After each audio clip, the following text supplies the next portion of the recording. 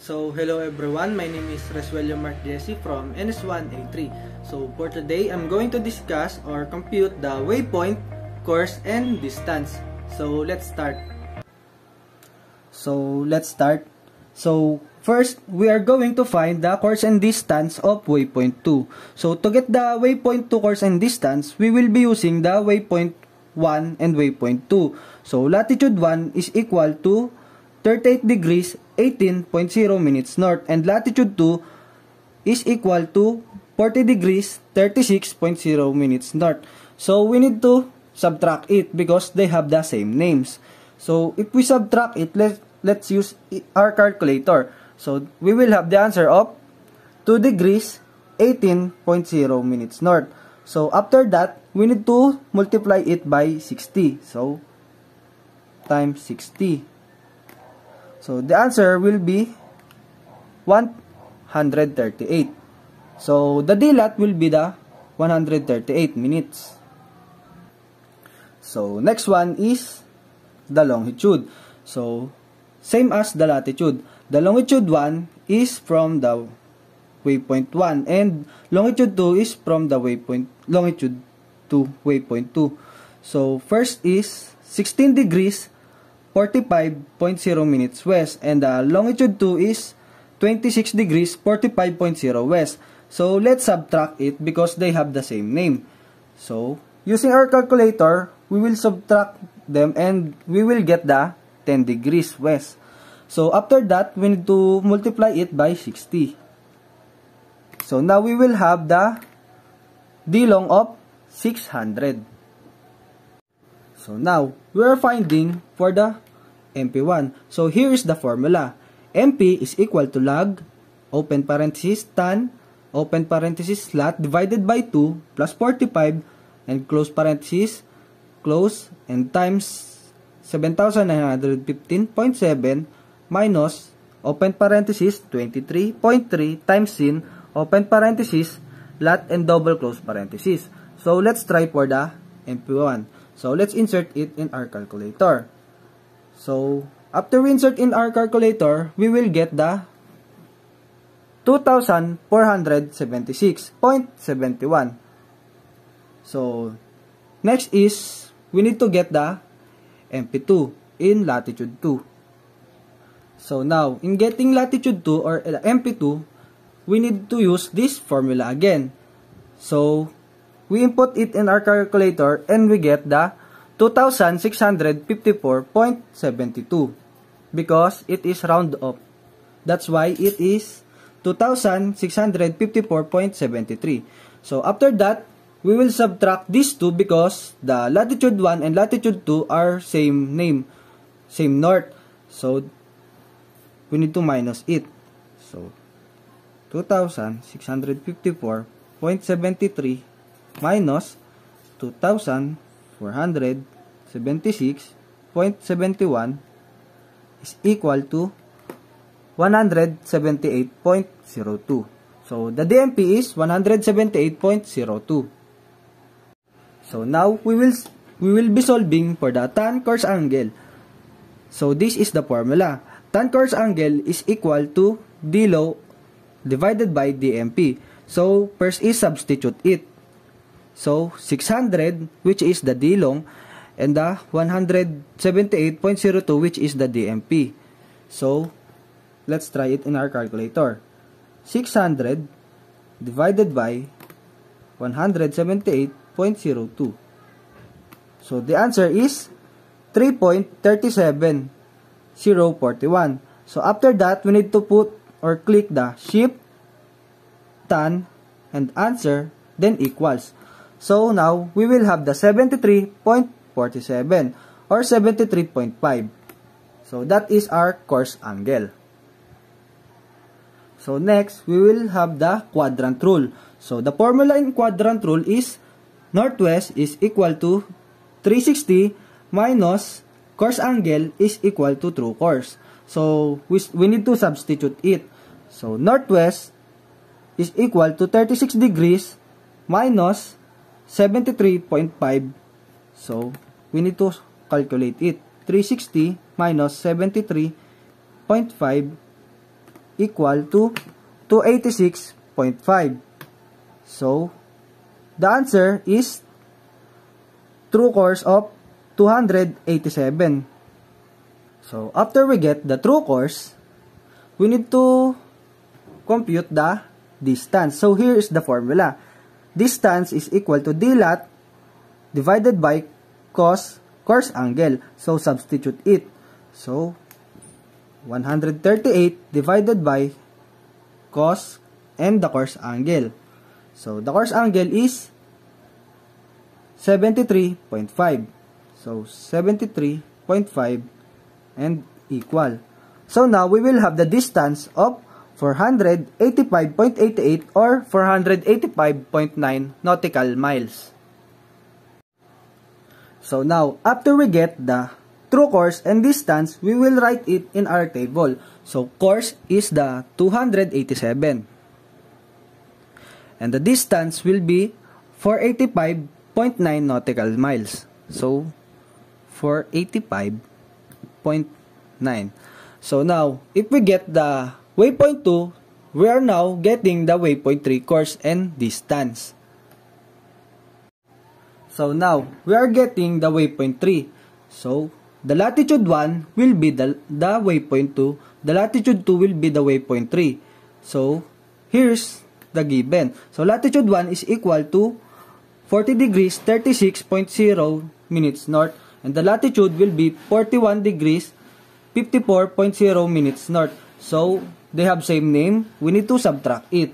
In our calculator, so we get the 1 degrees 18 minutes north. So, after that, we need to multiply it by 60. So, now, we will have the 78 minutes, which is the D lot. So, next one is the longitude. So, longitude 1 is 26 degrees 45 minutes west. And longitude 2, 36 degrees 45 minutes west. So, we need to subtract it also because they have the same name. So, using our calculator, we get the D-low of 10 degrees. So, after that, we need to multiply it by 60. So, that's why we have the D-low of 600 minutes. So, next one, we're going to find the MP1 and MP2. So, like we used to get the waypoint 2, we will also use this formula. MP is equal to log, open parenthesis, tan, open parenthesis, latitude divided by 2 plus 45, close, times 7,915.7 minus, open parenthesis, 23.3 times sin, open parenthesis, latitude, and double close. So, we need to input first the latitude 1 in our calculator. So, if we use our calculator, we will have the MP1 of 2,654.73. So, next one is we need to find the latitude 2 or the MP2. So, in latitude 2, same formula. So, after we input it in our calculator, we will now have the answer of 2,758.08 in our MP2. So, to get the DMP, we need to subtract these two, the MP1 and MP2. So, use our calculator, 2,758.08 minus 2,654.73. So, now we will have the answer of 103.35. So, that is our DMP. So, next one, we are going to solve the course angle. So, this is our formula. So, tan course angle is equal to D-low divided by DMP. So, substitute it. We have the D-low of 600 and then DMP is 103.35. So, input it in our calculator. So, 600 divided by 103.35 is equal to 80,552. So, after that, we need to click Shift, Tan, Answer, and Equal. So, now, we will have the answer of course angle of 80.2. So now let's proceed to the quadrant rule. So northwest is equal to 360 minus course angle equals to true course. So we need to solve it in our calculator. So 360 minus 80.2 is equal to 279.8, or round up. That's why we will have the true course of 280. So now we will solving for the distance. So the distance formula is d lat divided by cos course angle. So substitute first.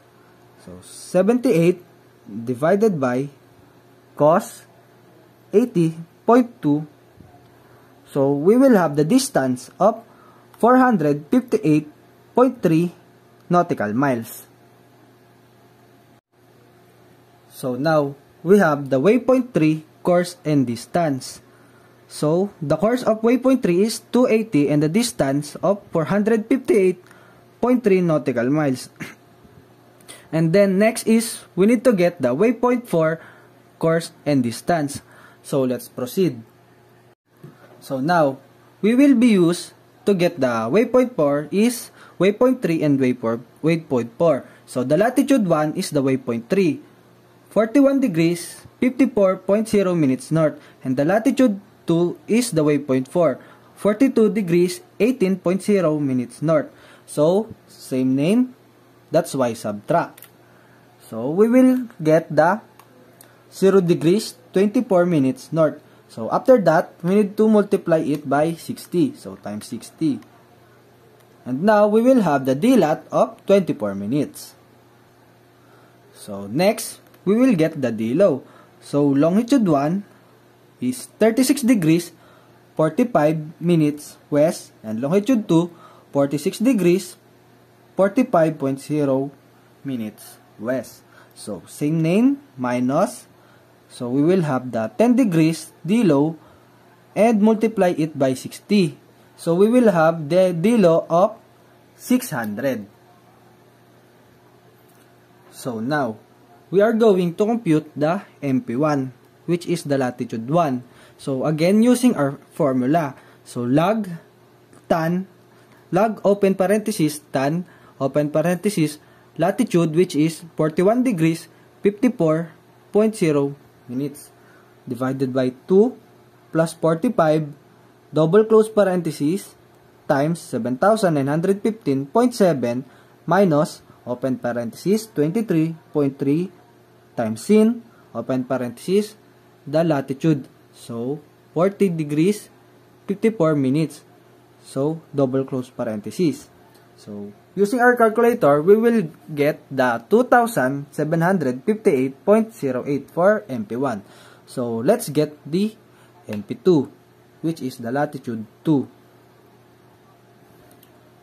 So using our formula, MP2, and insert it in our calculator, same formula, we will get the 2,790.31.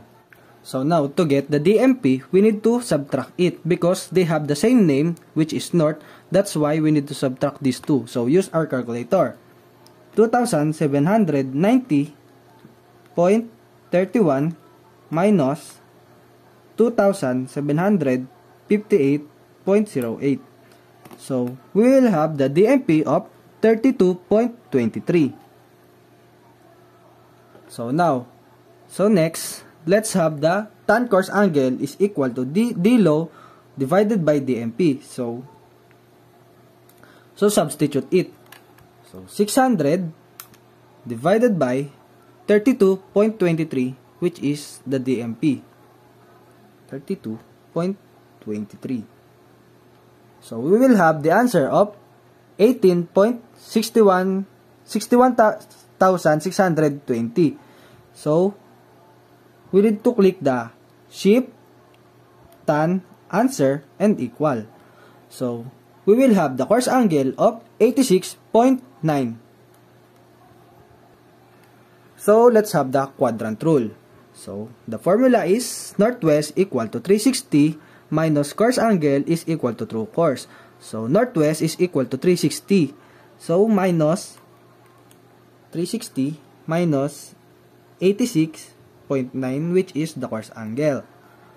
And equal to 273.1. So, the true course is 273. So, now, let's have the distance. So, distance equal to d lat divided by cos course angle. So, substitute it. So, d lat 24 minutes. So, 24 divided by cosine 86.9. So, now, we will have the distance of 443.8 nautical miles. So, let's back to the table. So, waypoint 4 course is equal to 273.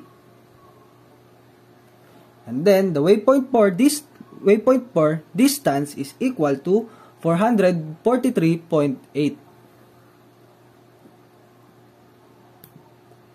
nautical miles. So, now, we will need to get the waypoint 5 course and distance.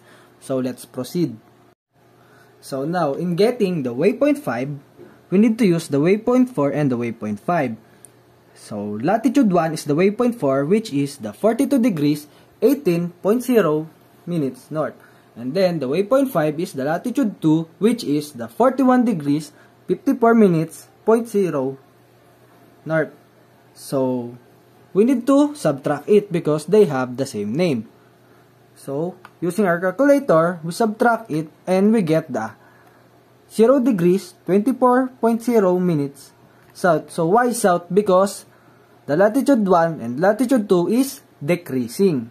So, that's why the name is south. So, after that, we need to multiply it by 60. So, the answer will be 24 minutes. So, the D-lat is 24 minutes.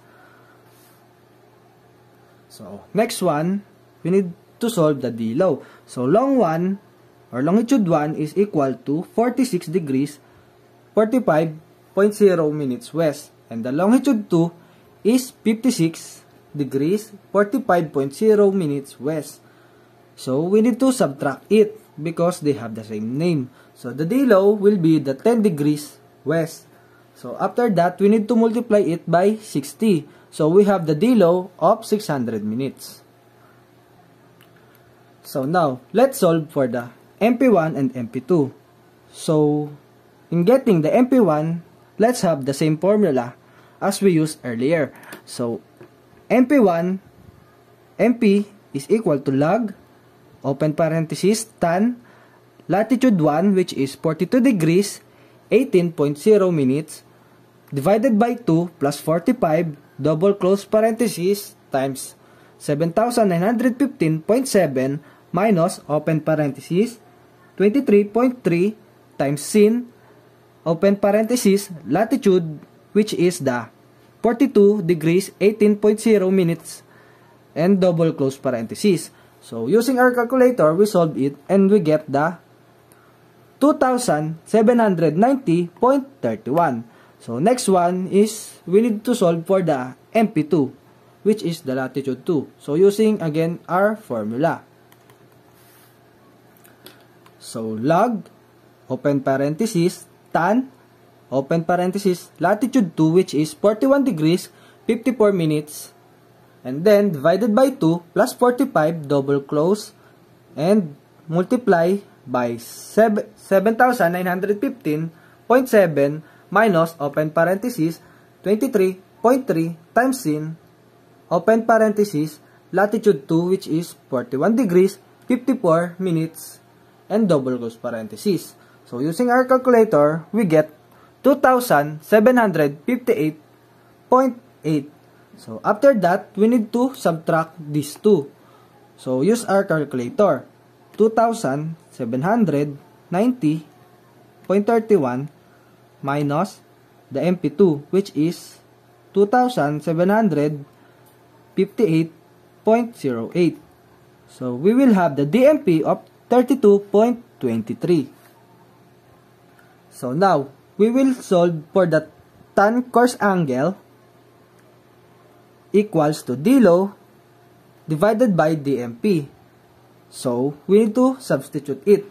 So, D low is 600 and DMP is 32.23. So, use our calculator. 600 divided by 32.23. So, the answer will be 18.61620. So, after that, we need to click Shift, tan, answer, and equal. So, we will have the course angle of 86.9. So, next one is the quadrant rule. So, the name is southwest. South for the D-lat and west for the D-low. So, that's why southwest. So, southwest is equivalent to 180 plus the course angle which is the 86.9. So, using our calculator, we need to solve it. So, 180 plus 86.9. So, we will have the 266.9. So, we need a whole number for the true course. So, that's why we need to round up it. So, the true course is 267. So, now, we will solving for the distance of waypoint 5. So, the formula is D-lat divided by cos course angle. So, substitute it to 24 divided by cosine 86.9 is equal to 443.8 nautical miles. So, that is our distance for waypoint 5. So, now, we have the waypoint 5 course which is 267 and the distance of 443.8. So, after we get the waypoint 5, course and distance, we need to find the course and distance of waypoint 6. So, let's proceed. So, now, to get the waypoint 6, we will use the waypoint 5 and waypoint 6. So, the lat 1 is waypoint 5 which is 41 degrees 54.0 minutes north. And the latitude 2 which is the waypoint 6, 40 degrees 36.0 minutes north. So, we need to subtract it because they have the same name. So, using our calculator, we subtract it and we get the D-lat of 1 degrees 18.0 minutes south. South because it is decreasing. So, after that, we need to multiply it by 60. So, now, we will have the D-lat of 78 minutes. So, next is the D-low. So, longitude 1 is equal to 56 degrees 45.0 minutes west. And longitude 2 is equal to 66 degrees 45.0 minutes west. So, same name. Subtract it. So, we will have the D-low of 10 degrees west. And then, multiply it by 60. So, now we will have the D-low of 600 minutes. So, now, next step is, we need to find the MP1, which is the latitude 1. So, same formula. We need to input in our calculator, the log, open parenthesis, tan, and the latitude 1, 41 degrees, 54 minutes, divided by 2, plus 45, then double close, times 7,915.7, minus, open parenthesis, 23.3 times sin, open parenthesis, latitude 1 which is 41 degrees 54 minutes, and double close parenthesis. So, using our calculator, we get the 2,758.08. So, now, we are looking for the MP2. So, let's solve it.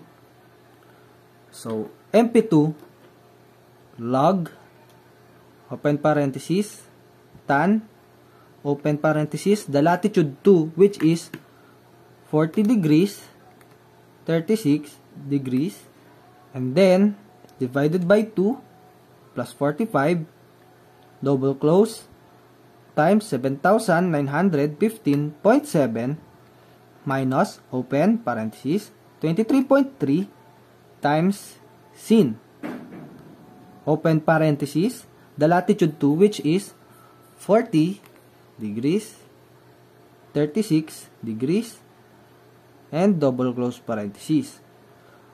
So now, we will have the MP2 of 2654.73. So after we get the MP1 and MP2, we need to subtract it because latitude 1 and latitude 2 have the same name. So using our calculator, 2758.08 minus the MP2, which is 2654.73. So now we will have the DMP of 103.35. So next one, we're going to solve that tan coarse angle is equal to D low divided by DMP. So we need to substitute it, and the D low is 600, the DMP is 103.35. So 600 divided by 103.35. So now we will have the 5.80552. So let's click the shift, tan, answer, and equal. So now we will have the coarse angle of 80.2. So now let's proceed to the quadrant rule, which is southwest is equal to 180 plus coarse angle equals to true coarse. So substitute it. So southwest, and the value of it is 180 plus the coarse angle, which is 80.2, is equal to 260. So let's have the true coarse of 260. So next is looking for the distance of waypoint 6. So distance is equal to D lat divided by cos coarse angle. So substitute it. So 78 divided by cos 80.2.